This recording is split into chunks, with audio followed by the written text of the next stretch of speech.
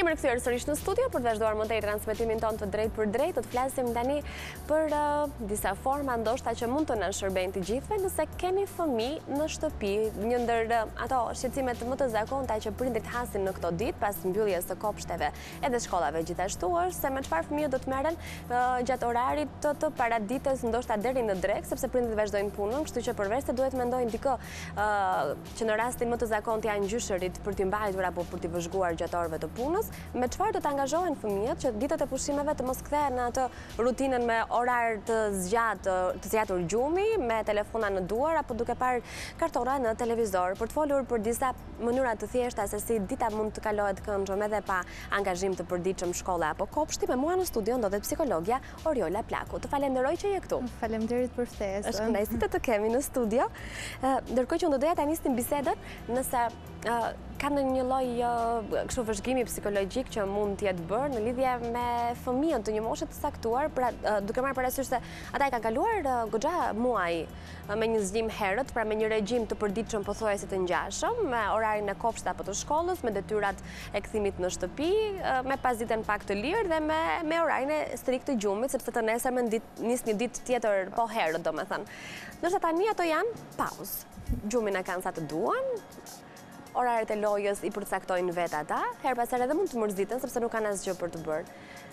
Çfarë ndodh me këtë ndryshimin domethënë? Në fakt prishja e rutinës ndikon tek të mësuarit, sepse fëmia është mësuar me atë ritëm, me atë mënyrë të funksionuarit. Por shumë e rëndësishme që të vazhdohet të ruhet një lloj rregulli në mënyrë që në momentin që të jetë rikthimi mos të përjetohet emocionalisht dhe psikologjikisht nga fëmia.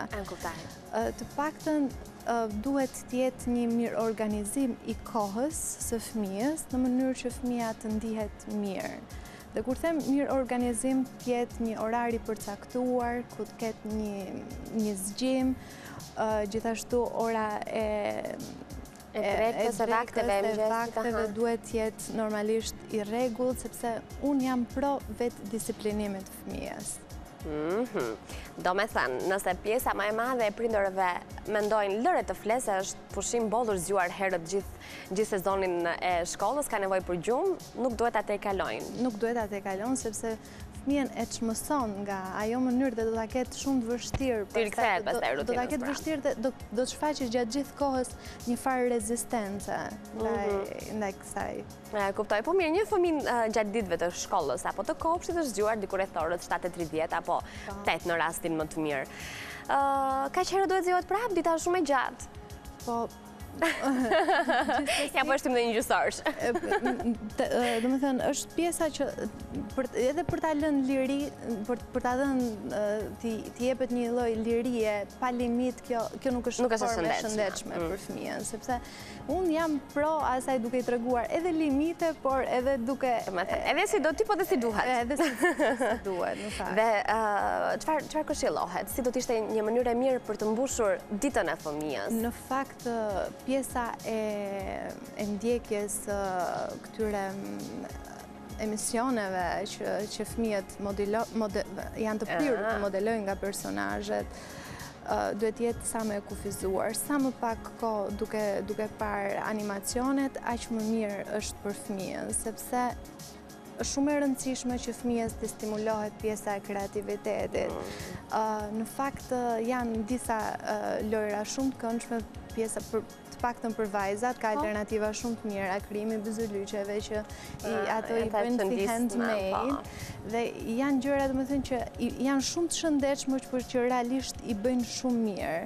Ndërkohë ka dhe opsione të tjera për djemt.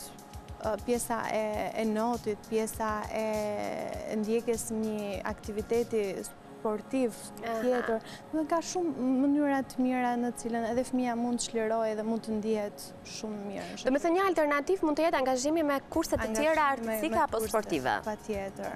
Kuptoj. Kjo është më e mira fare, idealja që mund të bëhet me fëmijët. Sigurisht edhe pjesa e librit nuk duhet të neglizhuar. Jam me idenë që duhet të angazhohet vazhdimisht fëmia, por jo në kohën siç e kishte më përpara gjatë pjesës frekuentimit të shkollës. Nën kupton që t'jepet, lexoj paksa, që mos t'i zbehet procesi i... Themi pak çfarë, do me thënë, fëmija me zor ka shpëtuar nga ato detyrat e imponuara apo leximi i imponuar i shkollës. Si duhet ja servirim një libër artistik apo një kurs nëse fëmija nuk është se e ka me dëshirë të madhe, po e thojmë thjesht ne se duam ne. Çdo gjë duhet bazuar në interesat e fëmijës. Normalisht prindi duhet bëjë një lloj analize se çfarë i pëlqen fëmijës. Nëse dhe ku fëmija është më tepër i prirur, sepse mund të ketë prirje për pikturë, mund të ketë prirje për notin. Prandaj është shumë e rëndësishme që të pyetet vetë fëmija se çfarë do. Fëmija, të shikohen interesat e fëmijës, dhe kjo varet domethënë dhe nga mundësitë ekonomike të familjes, sepse s'mund të pretendojmë neve një familje që ka vërtetësi ekonomike, por ka gjithmonë opsione që gjenden në çfarëdo lloj mënyre për të pasur një edukim sa më të mirë të fëmijës edhe në këtë periudhë. Ja, e kuptoj. Loja dihet që është aktiviteti më i rëndësishëm në jetën e një fëmie. Po. Lojra të këshillueshme apo më të shëndetshme, cilat do të ishin?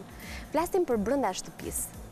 Ajo është vërtetësia më e madhe, sepse jashtë, është një park lojrash, qoftë edhe me një top poshtë pallatit, fëmija luan, po nëse flasim për temperatura të larta siç jemi në këto ditë, sigurisht që s'është momenti më i mirë tani të paktën për t'i nxjerrë. Çdo lojë është e shëndetshme, nuk ka një lloj kategorizimi të por gjithsesi ashtu sikur se them, krijimtaria e fëmijës duhet vazhdimisht të stimulohet, sepse i bën shumë mirë. E bën të pavarur, e bën më social, e bën të ndihet mirë, të çliroj ato energjit, ato ngarkesat që mund të ketë, sepse edhe fëmija ka ato vështirësitë e veta. Nëse fëmija të drejtojmë pyetjen, po tani çfarë të bëj? Si duhet përgjigjemi ne? Nëse fëmija pyetet, ne thjesht do ta orientojmë të marrin një përgjigje tek fëmija. Çfarë do ti të bësh, domethënë, do të kuptojmë se çfarë fëmija do të bëj. Sa funksionojnë këto grafiqet e ndarjes së ditës? Pra nëse do të largohemi për në punë, duhet i lëmë detyra të vogla fëmijës, kështu do ta organizojmë pak, apo ja kthejmë në... Ashtu sikurse unë e përmenda pak në fillim fare, është shumë mirë që me fëmijën të bëhet një lloj plani, se çfarë do bëj ditën e nesërme. Kjo do ta ndihmoj, domethënë që edhe ai ta organizojë ditën dhe normalisht do jetë goxha më i pavarur të funksionojë. Përfshirja e prindërve në lojra është pjesa më e bukur, sepse jo vetëm ndihmon në pjesën e, sidomos nëna, që ka funksionin e parë, pjesën e atashimit, lidhjes emocionale me fëmijët, por edhe babai duhet ketë rolin e vet në këtë pjesë.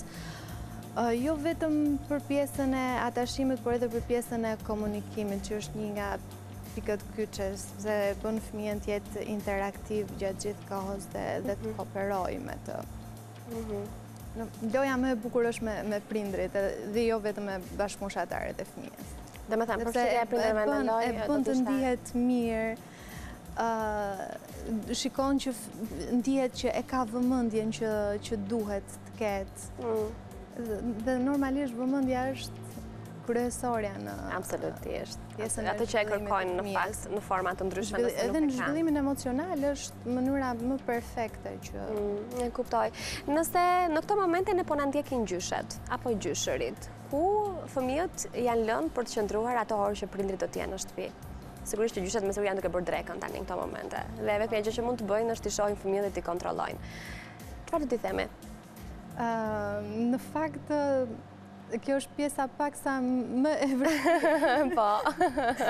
Sepse gjyshërit gjithmonë janë të fokusuar tek pjesa e përmbushjes nevojave bazë. Dhe ndonjëherë anashkalojnë. Unë do të thoja që përpiquni që t'i përforconi pozitivisht, dhe kjo nënkupton që t'i stimuloni kur arrin t'ju tregojnë ndonjë vizatim që e ka realizuar me shumë dashuri dhe ju t'i jepni atë impaktin tuaj, vlerësimin që keni ndaj punës që fëmia ka bërë.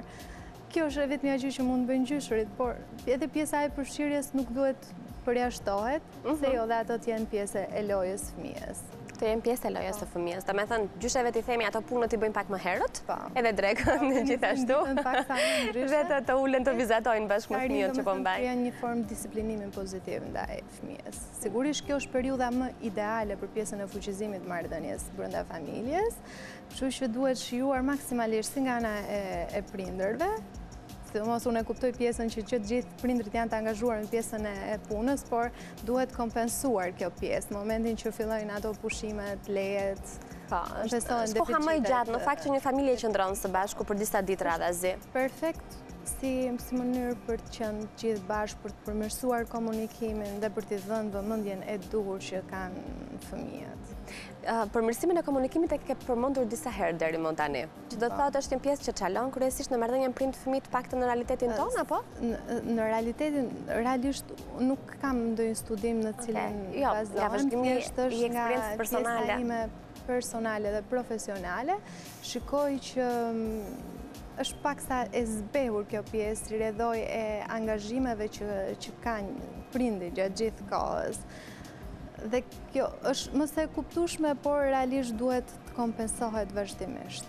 Duhet të kompensohet. Dhe pikërisht jemi në momentin që jeni në momentin e duhur për të vepruar. E kuptoj. Rela, për ta mbyllur, çfarë do themi? Qoftë për tani, qoftë për pushimet, qoftë për të mbushur këto muaj që fëmijët i presin me dëshirë. E duan shumë verën apo jo? E kuptoj, vera është një nga stinët më të shumë pritura nga secili prej nesh, secili kërkon që të ketë atë kohën e vet, relaksin e vet dhe për ta kaluar me njerëzit e dashur. Kështu që unë rekomandoj pjesën e lojës, dhe sigurisht që loja i përfshin të gjitha komponentet e tjerë, pjesën e komunikimit, pjesën e socializimit, dhe të kalojnë sa më shumë kohë me fëmijët e tyre. Dhe një pyetje të fundit, para se ne të përshëndesim, para se të bëjmë planet për të udhëtuar apo për të vendosur vendin ku do të shkojmë për pushime, duhet pyetur fëmijët? Patjetër, kjo varet nga mosha në cilën ka fëmija, sepse mund të përfshim, por gjithsesi edhe ta përfshinin pjesën e bisedës, por të duket sikur dhe vendimet i merrni bashkërisht, kjo do të ishte më idealja. Do të ishte mirë edhe kështu. Falenderoj shumë për kohën, di që ke pasur shumë punë, kështu që për mua ishte kënaqësi të kisha këtu, të uroj verë të bukur. Faleminderit edhe unë juve. Ne kemi publicitet, kthehemi sërish.